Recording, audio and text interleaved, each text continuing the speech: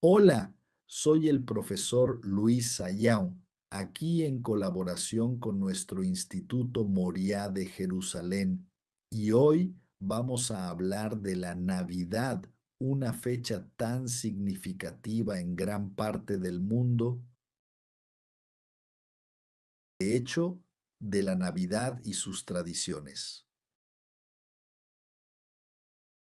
Pensemos por un momento en, yo diría, quizás la fecha que más mueve a la gente en todo el mundo. Incluso he tenido la oportunidad de visitar países sin tradición tan expresiva, por ejemplo en Asia, pero con una presencia muy clara de las festividades navideñas. ¿Qué es lo que encontramos? Muchas cosas diferentes. El famoso Papá Noel, los renos que vienen del Polo Norte, el pino, el muñeco de nieve, las guirnaldas. Qué diferente es eso cuando pensamos en lo que la mayoría de los cristianos siempre van a destacar en el nacimiento de Jesús. Pero las tradiciones son muy variadas, tan variadas que quizás no todo el mundo se lo imagina. Veamos. Tenemos una historia de tradición cristiana que se desarrolla en la cultura europea. Y así, muchas de las tradiciones que tenemos tienen orígenes germánicos, orígenes celtas, se originan precisamente en este ambiente cultural donde se desarrolló la tradición cristiana. Por eso se lee el texto de los evangelios y luego piensas, pero ¿qué tiene que ver esto con Papá Noel?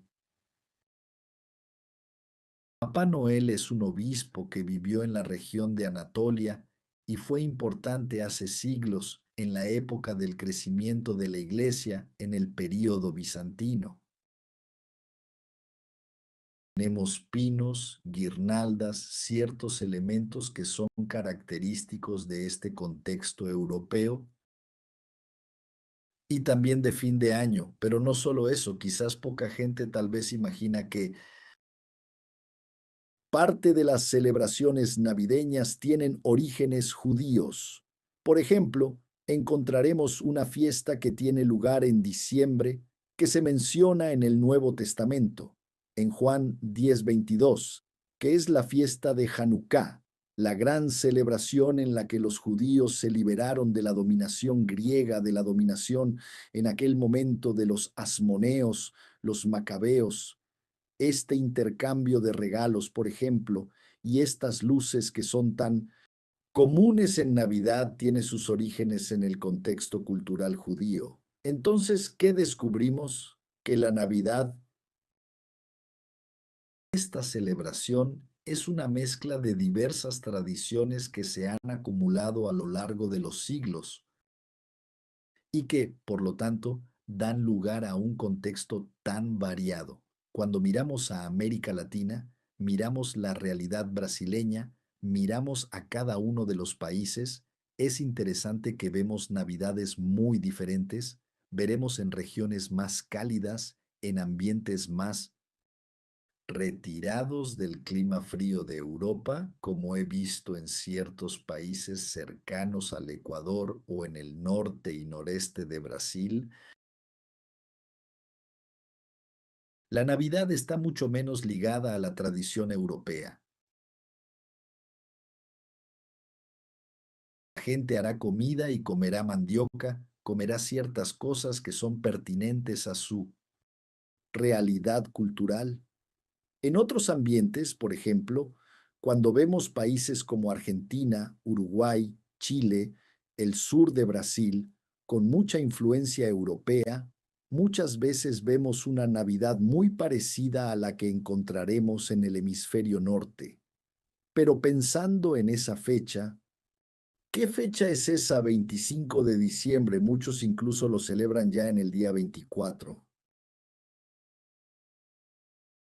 Y otros lo celebran mayormente el día 25.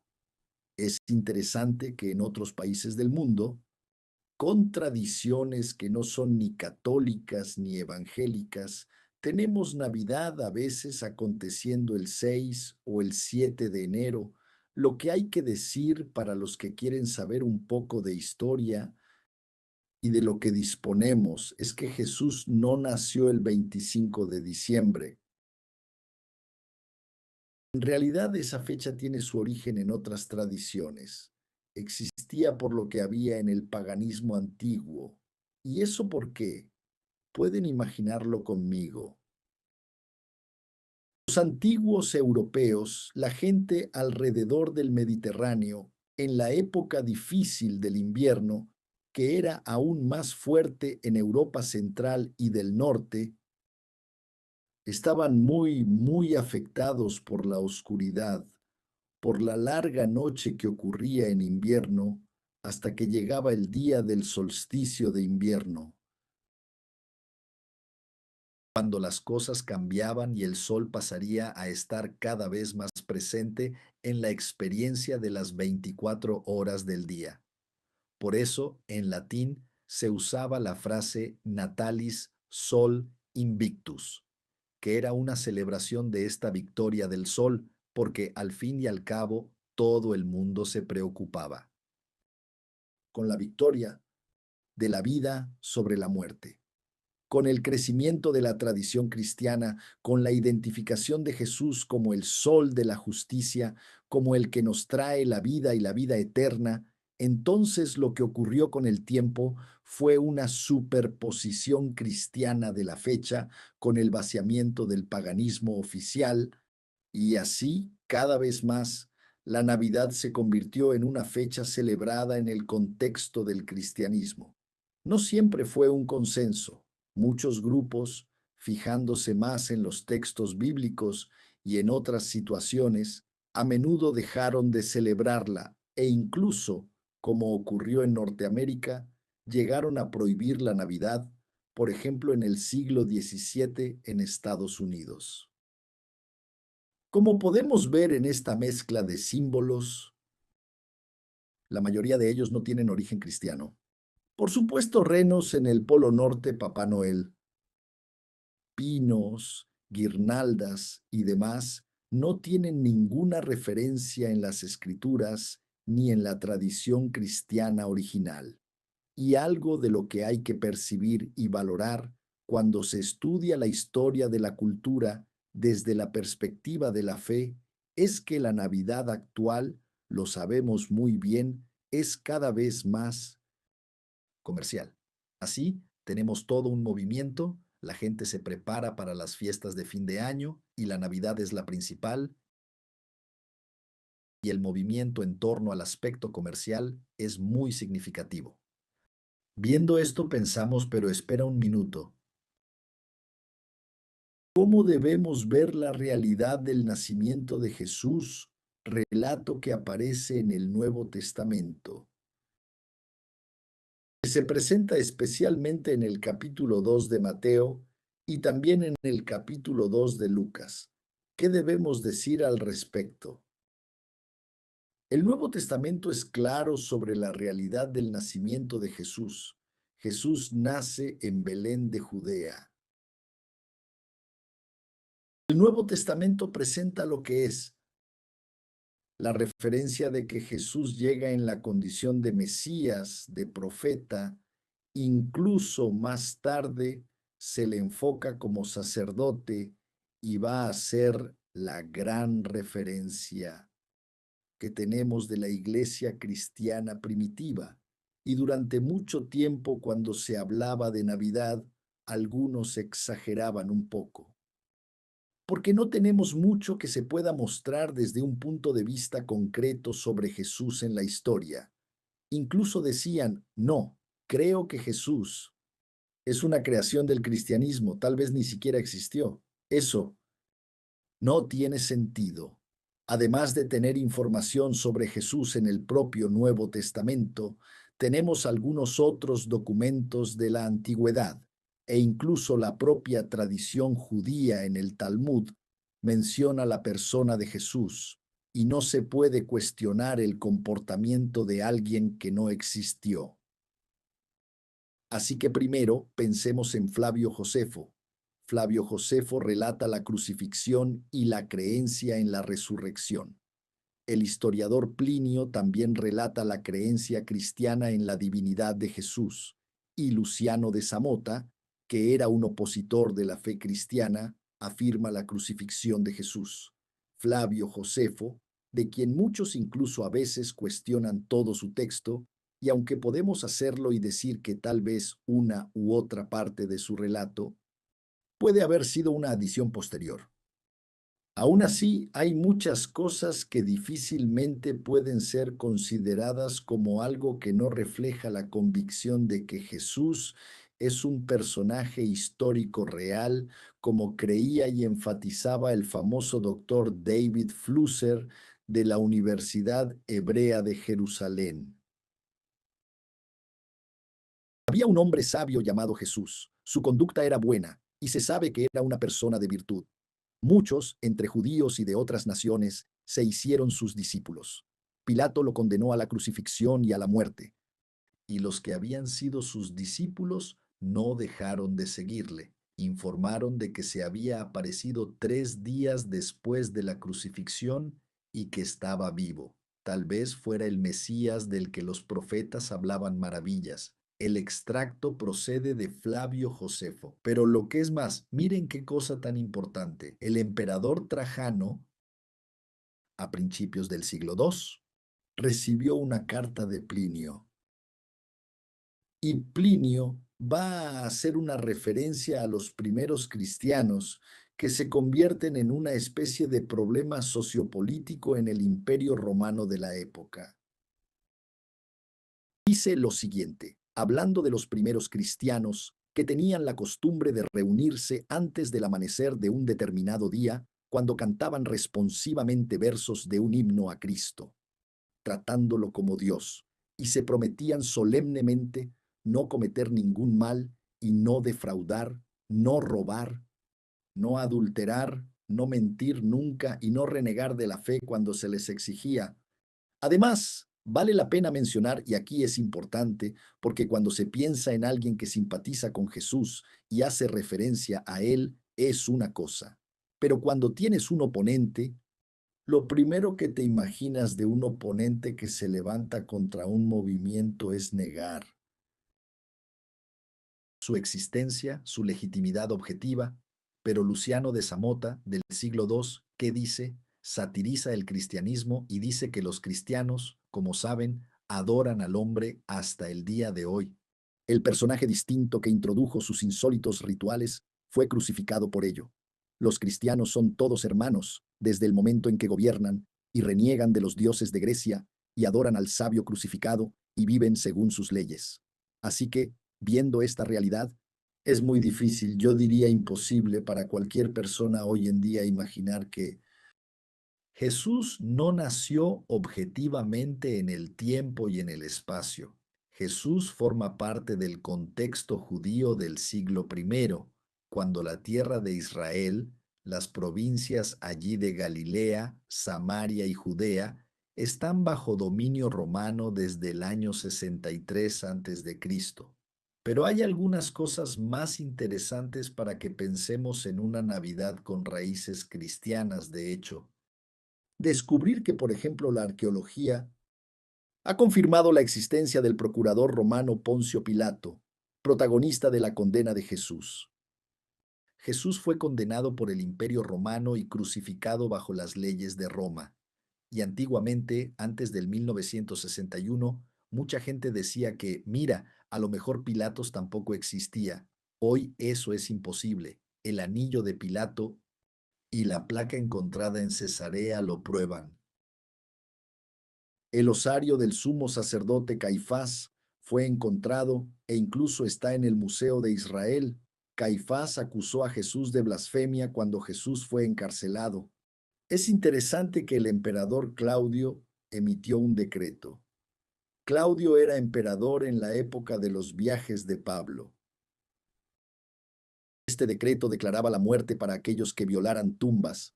Es probable que el decreto tuviera por objeto combatir la doctrina cristiana de la resurrección, ya que no tenía sentido en el mundo grecorromano.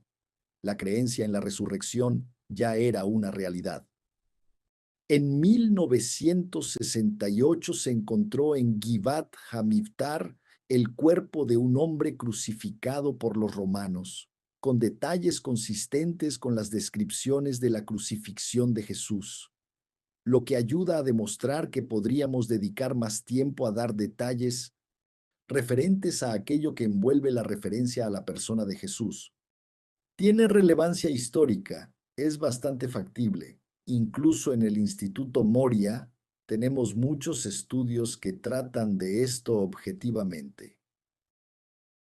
Pero entonces estamos aquí para que pueda ayudarles. ¿Por qué estamos hablando de la fecha, de las diversas tradiciones? Estamos hablando de la referencia concreta y de cómo tratamos todo esto. Entonces vean, cuando pensamos en esta conexión entre fe, tradición e historia, tenemos algunas posibilidades para tratar este encuentro de estos elementos. Así, para todos los que provienen de una tradición de fe basada en las escrituras, ya sea en el contexto judío, en el contexto cristiano o en cualquier tipo de propuesta cristiana, la base principal proviene de la enseñanza de las escrituras. Pero aquí está la cosa, la cuestión es cómo esta enseñanza de las escrituras será concretizada, cómo será presentada. ¿Quieren ver un ejemplo? Tienes una serie de situaciones de conmemoraciones que tienen que ver con la salida y la puesta del sol. Y cuando estás en el hemisferio norte y el sol no se pone durante 2 o 3 meses, cuando piensan que tienen que participar en la cena del Señor y esa cena implica pan y fruto de la vid, pan y vino, ¿cómo lo harán en un lugar donde no hay uvas ni vino? Así que ciertas peticiones que tienen que ver con la realidad de la fe dependen de cómo se manifieste esta expresión concreta. En otras palabras, tenemos un contenido que se define como pauta en la comunidad de fe. Y en este contenido a menudo hay una enseñanza fundamental, hay un principio esencial. Pero la concreción específica no es así. En las iglesias, por ejemplo, Un perfil evangélico o incluso en otras iglesias cristianas generalmente tenemos un templo, tenemos bancos, en la mayoría de los casos de madera, tenemos un púlpito, tenemos un coro, tenemos una vestimenta específica. La mayoría de los oradores o predicadores visten a veces con traje y algunos con corbata. Nada de esto existía en el contexto original del cristianismo primitivo. así que estas adaptaciones forman parte de la historia. Y además de eso, tenemos otro elemento importante que tiene que ver con la cultura y la historia. En otras palabras, la fe cristiana primitiva nace en un ambiente judío y luego crece en el mundo greco-romano y luego marca su presencia en la historia de Europa, no solo en el mundo griego, en el mundo latino, sino también en el mundo germánico, el mundo celta, el mundo eslavo y en las diversas partes del Próximo Oriente, en los entornos culturales de habla aramea e incluso en los contextos etíope y egipcio en el noreste de África. Y por supuesto, cuando llegamos allí, ciertas cosas acaban reajustándose según el aspecto cultural. Cuando vemos que el Nuevo Testamento habla de ciertas cosas que eran pertinentes a la realidad judía, el pensamiento es, mira, esto no es pertinente a toda la realidad de los que siguen a Jesús y que no son judíos. No necesitan circuncidarse, no necesitan realizar una serie de elementos vinculados a la historia específica de Israel y, en particular, a elementos litúrgicos. Así pues, esta percepción nos ayuda a comprender por qué la historia se desarrolla de la manera en que lo hace, por qué hay cambios e incluso por qué hay apropiaciones con... Cambio de significado.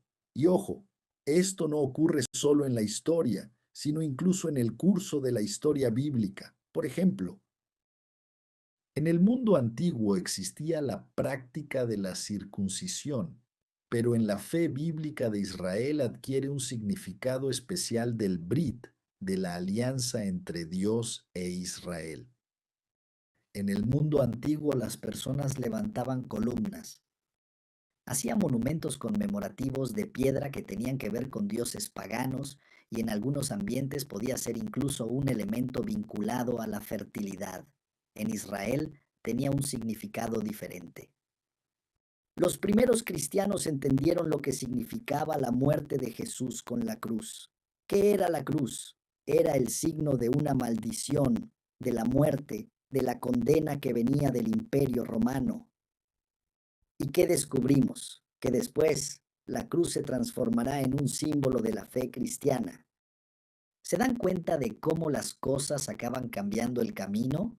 La propia tradición judía ve, por ejemplo, en la historia de David, un símbolo especial de los judíos, especialmente surgido de una situación de intolerancia y persecución.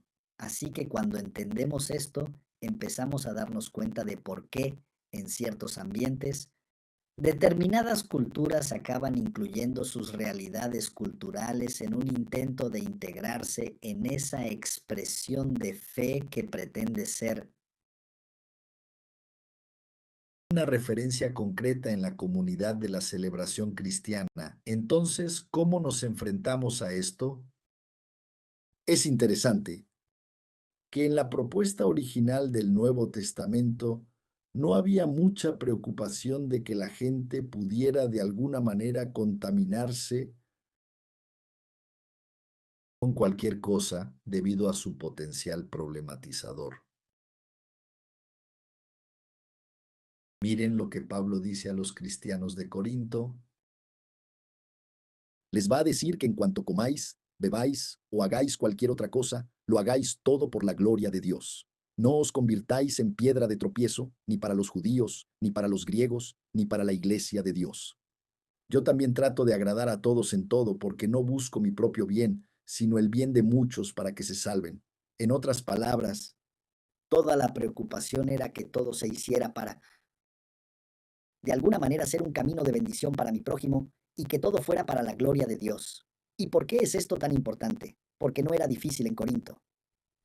Corinto no tenía Navidad con símbolos paganos, tenía carne que venía directamente. el santuario pagano y vendida en el mercado. Y mucha gente pensaba que ni siquiera podrían comerla porque significaría contaminación. Y Pablo dice que ese no es el punto. Pero ¿y qué? Volvamos a la pregunta original de la primera Navidad bíblica. ¿Qué vamos a ver? Jesús no pudo haber nacido en diciembre. Aparte de la fecha de diciembre, sabemos que tiene un origen que no tiene nada que ver con el cristianismo primitivo. Diciembre es un mes frío, sobre todo en Jerusalén y Belén, que están a gran altura, a 800 metros sobre el nivel del mar. Difícilmente podría haber rebaños en los campos en esa época. Así que, como posible sugerencia, algunos sugieren que Jesús podría haber nacido en marzo o abril. Otra posibilidad es que naciera en la época de la fiesta de los tabernáculos, probablemente en octubre. ¿Por qué? El razonamiento es el siguiente, según Lucas 1, 5, 8. Zacarías, que es el padre de Juan el Bautista, hace su guardia en julio porque ese era el tiempo de la guardia de Abías, la octava guardia del año eclesiástico que comenzaba en marzo, según la información de las primeras crónicas. Así que ese fue el mes de la concepción de Juan el Bautista. Lucas 1, 23, 24, que nació en abril del año siguiente.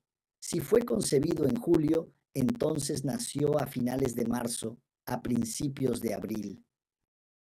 Jesús claramente en Lucas 1, 26 va a decir que nació 6 meses después.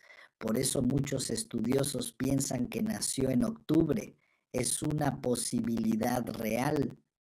Entonces, ¿cómo lidiamos con esta confluencia de diferentes tradiciones y personas con diferentes propuestas? No puedes aislarte de la sociedad. Eso requeriría que abandonáramos el mundo. 1 Corintios 5:10 dice esto.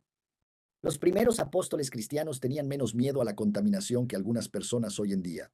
Jesús, por ejemplo, es interesante. Él no tenía miedo de acercarse a la gente impura como prostitutas, recaudadores de impuestos deshonestos, e incluso participar en las alegres festividades de su tiempo. Incluso fue llamado glotón y borracho.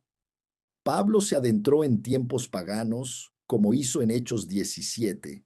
Citaba a poetas gentiles para evangelizar. Hizo de una escuela la base de su predicación en Éfeso. Así que hay una gran diferencia entre nosotros. Cuando conmemoramos la Navidad sin hacer referencia a la fe en Cristo y utilizar estas fechas vinculadas a la historia del cristianismo para glorificar a Dios, por tanto, ¿qué debemos entender? En cualquier momento, cualquiera que tenga, conexión con una espiritualidad sana, que entienda que debemos dar a Dios lo que le corresponde y ser un canal de bendición para nuestro prójimo, debemos entender que la historia de las tradiciones navideñas es el encuentro de una referencia de esta tradición monoteísta que viene de la propuesta cristiana, que surge en el contexto judío en la historia de Israel y que se encuentra con las tradiciones del paganismo antiguo. Así que este encuentro marca en realidad una especie de victoria. Una de las cosas que me parece impresionante es que la época de Navidad fue capaz de detener la guerra. La época de Navidad fue capaz de movilizar a la gente en beneficio de los demás. Es una época de grandes celebraciones. Es un tiempo en el que parece que la gente, de hecho, está interesada en dar la vuelta a la llave, en volver su atención, incluso un tiempo apropiado para la presentación del propio Evangelio. Así que el tiempo de Navidad implica un momento de lucha entre el bien y el mal. Veamos aquí el texto de Mateo 2, 3 y siguientes. Dice que, después de su partida, el ángel del Señor se apareció en sueños a José y le dijo, levántate, toma al niño y a su madre y huye a Egipto. Quédate allí hasta que yo te diga, porque Herodes va a buscar al niño para matarlo. Así que se levantó, tomó al niño y a su madre y partió de noche hacia Egipto, donde permaneció hasta que Herodes murió. Y en cuanto se cumplió lo que el Señor había dicho por medio del profeta de Egipto, llamé a mi hijo.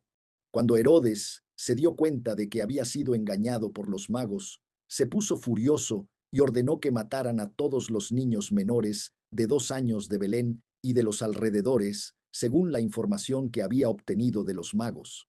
Entonces se cumplió lo que había dicho el profeta Jeremías, y se oyó una voz en Ramá, llorando con gran lamento. Era Raquel llorando por sus hijos y negándose a ser consolada porque ya no existían. Después de la muerte de Herodes, el ángel del Señor se apareció en sueños a José en Egipto y le dijo, levántate, coge al niño y a su madre y vete a la tierra de Israel, porque los que pretendían quitarle la vida han muerto. Se levantó, tomó al niño y a su madre y se fue a la tierra de Israel. Pero cuando se enteró de que Arquelao reinaba en Judea en lugar de su padre Herodes, tuvo miedo de ir allí. Advertido en sueños, se retiró a la región de Galilea y se fue a vivir a una ciudad llamada Nazaret.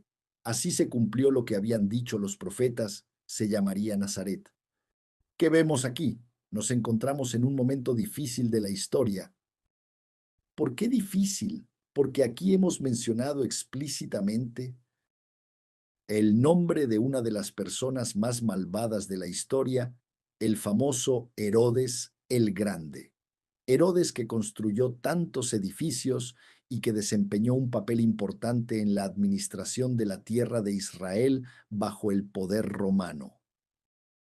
Era una época de explotación, de opresión muy fuerte por parte de Roma contra el pueblo judío y otros pueblos del imperio. Es una época en la que hay una corrupción de la religión, que podemos ver allí en Qumrán, ya que mucha gente está decepcionada por lo que ocurre en Jerusalén. Así que tenemos una confluencia de elementos problemáticos a nivel particular y en nivel general que muestran la presencia del mal con total crueldad. Y pensamos, ¿esto realmente va a ganar y prosperar? ¿Cómo se entiende esto? Curiosamente, el texto que menciona la Navidad va a decir, la historia no la determinan los poderosos que parecen dominar y representar el mal, no. Pues así, que mientras parece que quien está a cargo del mundo es César Augusto, mencionado en el capítulo 2 de Lucas, mientras parece que Roma tiene el poder absoluto y que Herodes representa ese poder en la tierra de Israel y que tantas cosas están fuera de lugar. En ese momento no es en Roma ni en Jerusalén, pero en la pequeña Belén nace Jesús y Jesús se va.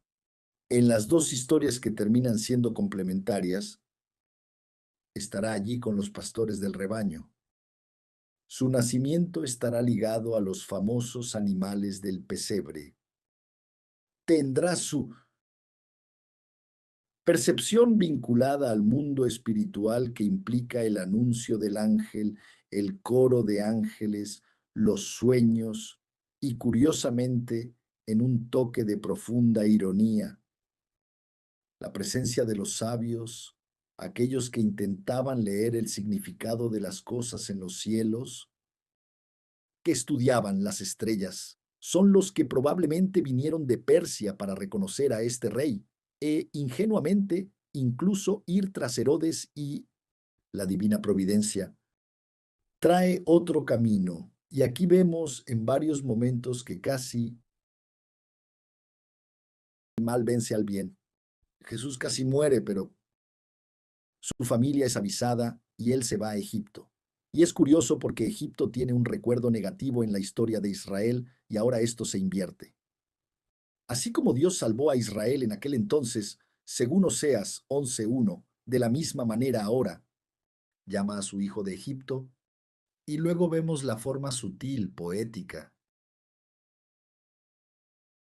hermosa, concreta de cómo la singularidad, la simplicidad, la belleza de enfrentarse al mal aparece en el famoso bebé de Navidad. Entonces la historia es cautivadora y nos invita a reflexionar sobre nuestra actitud, nuestra vida.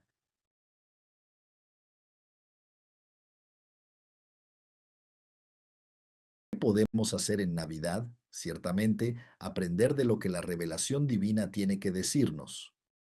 Por supuesto, tenemos que pensar detenidamente si entendemos lo que estamos haciendo, si todo el simbolismo tiene sentido para mí, para la gente que me rodea y es de alguna manera edificante y prometedor.